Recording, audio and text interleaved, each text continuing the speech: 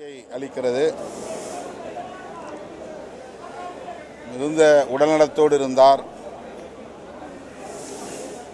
இளைஞரை போல் சுற்றி சுழன்று பணியாற்றி கொண்டே இருந்தார். அரசியல் நிகழ்வுகள் பலவற்றிலும் பங்கேற்றார். விடுதலை சிறுத்தைகளின் நிகழ்வுகளிலும் பங்கேற்று பல நிகழ்வுகளில் பங்கேற்று உரையாற்றியிருக்கிறார். திடுமென அவர் காலமாகிவிட்டார் என்பதை மனம் ஏற்கவில்லை. இயக்குனர் இமயம் பாரதி ராஜா அவர்களின்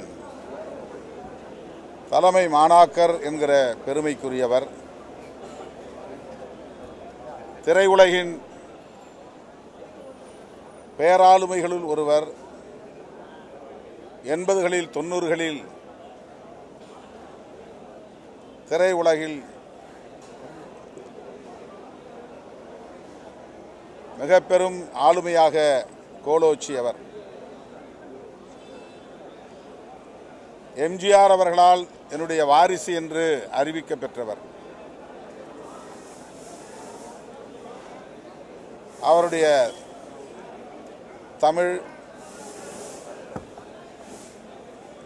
அனைவரையும் ஈர்க்கும் இனிமையான தமிழாக இருக்கும். திரைக்கதைக்கு பெயர் போனவர். இவரைப் போல் திரைக்கதை எவராலும் அமைக்க முடியாது என்று பலராலும் பாராட்ட பெற்றவர். குடும்ப பின்னணியை கொண்ட படங்கள், ஏராளமான படங்களை தமிழ் உலகுக்கு அளித்தவர். எப்போது பாக்கியராஜ் படம் வரும் என்று பெண்களெல்லாம் ஆவலோடு காத்திருக்கக்கூடிய அளவுக்கு அவருடைய ஒவ்வொரு படமும் பெண்களை வெகுவாக ஈர்த்த வரலாறுகள் உண்டு.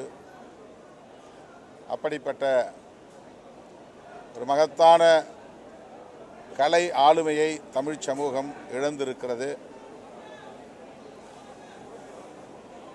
அவருக்கு எமது அஞ்சலியை செலுத்துகிறோம். அவரை இழந்து வாடுகிற அவருடைய குடும்பத்தினருக்கும் உற்றார் உறவினர்களுக்கும் எமது ஆழ்ந்த இரங்கலை தெரிவித்துக் கொள்கிறோம்.